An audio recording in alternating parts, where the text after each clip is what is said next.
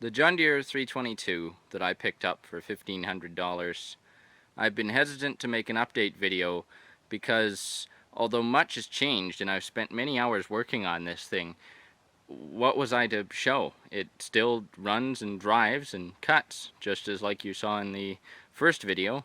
The only real exterior difference is the fact that I've put a lot of polishing compound into this thing, and I just washed it again tonight. I'll probably wax it tomorrow because the dew is starting to form. So it looks a lot better than it did before. It's still running on the half a tank of 2-year-old unstabilized gas that was in this thing. Figure I might as well burn it off. Also still has the oil that was in there when I bought the thing, but it looks to have recently been changed, and they even had a John Deere filter on it, so why should I bother with it? Same with the air filter. It's good for now, so even though I bought replacements for all those, I'll leave it. I changed the coolant and the thermostat around, and I mowed with this thing for about 2 hours the other day. It didn't miss a beat for the most part until the connector, which I can't show of course, but the connector for the alternator output, as in the output wire where it connects to the main harness, it melted and shorted and stopped charging the battery. So I replaced the connector with just male to female spoons, and then wrapped them in aluminum foil to prevent the muffler from melting them. This mower seems to be working great. I didn't even sharpen the blades and it still cuts like a dream. It's a 50-inch, so not as good as the 48-inch, but it's still not like it's a small one anyway. I'm going to start it up, drive it around the yard, and park it back in the shop, because why not? It still starts a little rough because of carburetor. It's not the best it can be. I'll take the parking brake off in advance. Here we go.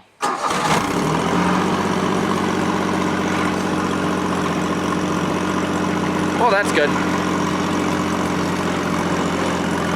I forgot about the pains of having to operate a dash-mounted hydro with one hand and having to steer with a wet steering wheel.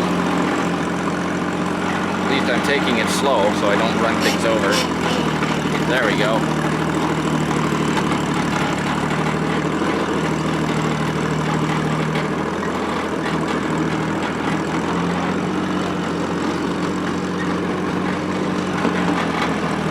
The steering wheel is very big.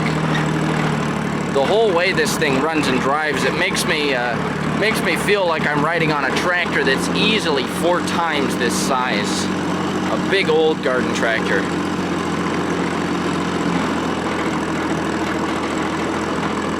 Alright, let's slow her down and back her in.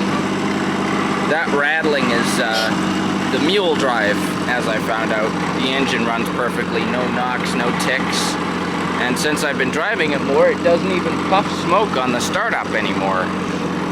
Oh, you cannot palm steer a wet steering wheel. Oh, jeez.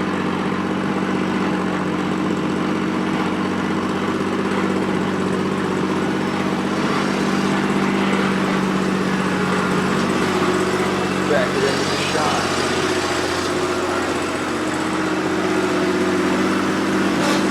Okay, now I really need to focus on back her up slowly. There. Up. Parking brake. There we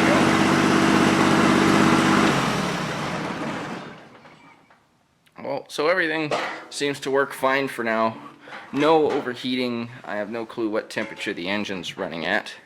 So all that's left is to put some AMSOIL 10W30 in the thing, and I'll probably use this to mow the grass for the remainder of the mowing season, and as soon as the grass stops growing, I'll throw the snowblower on it and start getting that hooked up for the winter. It's just under that tarp where it was in the last video. So anyway, it's kind of passed the test. I know that it works now, and it's going to be pretty much my main tractor on the front lines, and it's going to be the one that I use in the winter with the snowblower. Very exciting. Stay tuned.